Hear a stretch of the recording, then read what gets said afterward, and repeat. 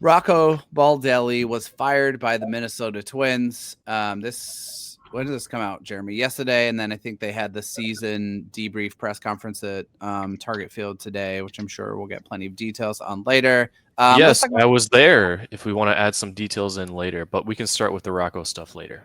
I mean, now, whatever you want to do. Okay, so let's talk about Rocco.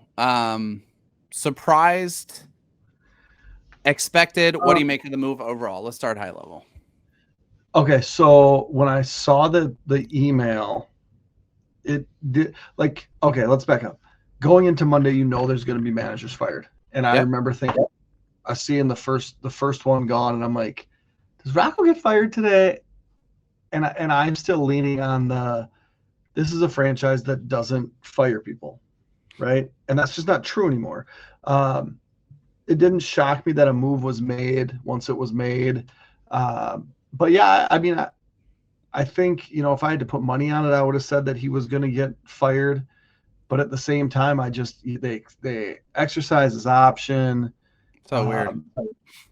The whole feeling of it was weird. That doesn't come as a surprise because they were bad, right? Mm-hmm. But they traded. That to me is it probably had to happen because you can't fire all your players, even though they kind of did. Okay, so working through some technical difficulties. So if you have any interruptions, apologies. We're having some internet challenges this evening. So yeah, I think I kind of agree with you, I guess, Jeremy, of like could have seen this going either way, but probably fell on the side of like, I don't know, it's like 60-40 that I expected this to happen versus not. I guess the question is, or the wondering I have is like, do you think it's fair to say that this was both expected and Rocco is absolutely being made kind of a scapegoat for how the last season and a half went? And I'm rewinding to the end of 2024, the meltdown there, in addition to obviously the vast majority of this year outside of the 13-game win streak. Is he a scapegoat for the org as a whole and the front office? Yeah, 100%. And the manager always is. And that's what makes it, a desirable job, but one that changes so quickly because guys, you could be great one year and just get fired halfway through the next. And so that was when they traded 10 guys and you knew they were going to lose 90 games. That was kind of it's got to be Rocco, right? They're not firing. They can't get rid of all the players, right? And they can't. Mm-hmm. Falvey's not going to fire himself. So that's where it has to be Rocco. Yeah, for sure. I guess, like, I don't know.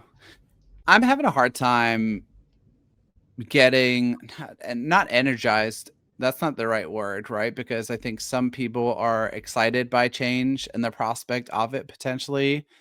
I'm curious for your take, but I guess I just don't feel like managers are that impactful in the grand scheme of things. And like changing Rocco to whoever is next feels like it won't have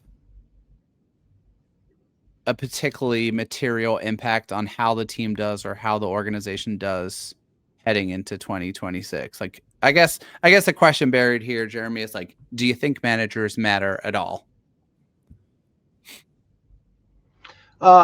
Yeah. I mean, you've seen teams do better or worse, right? Under different managers. I think like Pat Murphy for the Brewers made a huge difference. Council was good, but then you see. But I don't think it's in baseball. I think it's less than in football, and potentially, I mean, and less in basketball. But there is certainly things that can happen, but it's such a mental thing. I think in baseball more than the other sport.